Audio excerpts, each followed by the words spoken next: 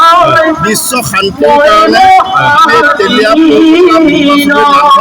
পঞ্চায়তৰ অন্তৰ্গত গাঁও হৈ ইয়াতে আমি এই অনুষ্ঠানটো আৰম্ভ কৰিছোঁ।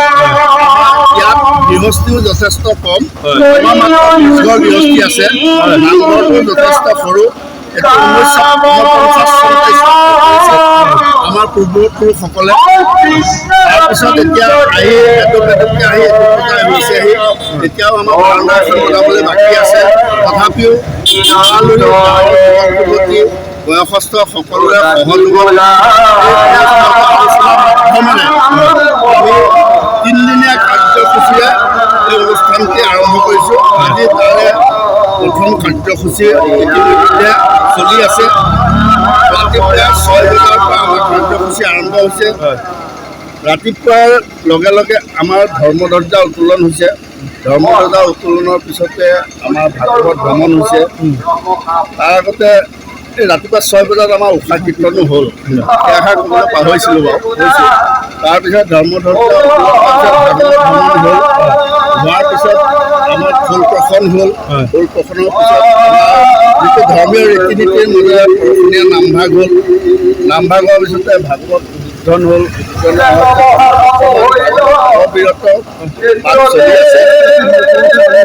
আৰু এটা ইয়াতে আমাক আমি ভাল খবৰ আপোনালোকক জনাবলৈ পাই সুখী হ'ল যে আমাৰ মাজুলী আউনীআটী সত্ৰৰ ডেকা সত্ৰাধিকাৰ প্ৰভু শ্ৰী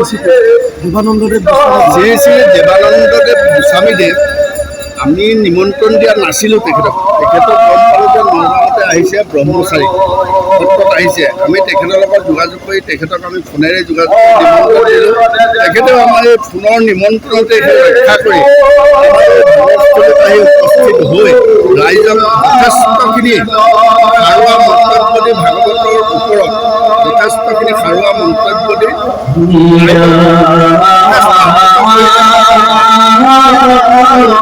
তেখেতৰ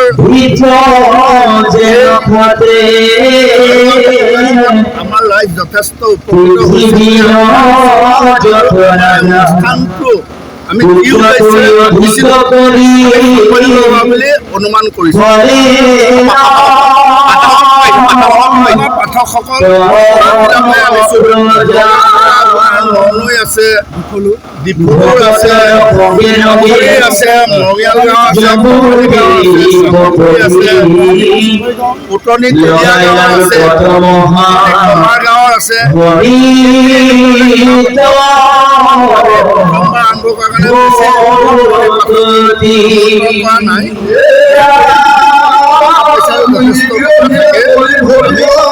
ওচৰৰে পাঠকখিনি মাতি আমি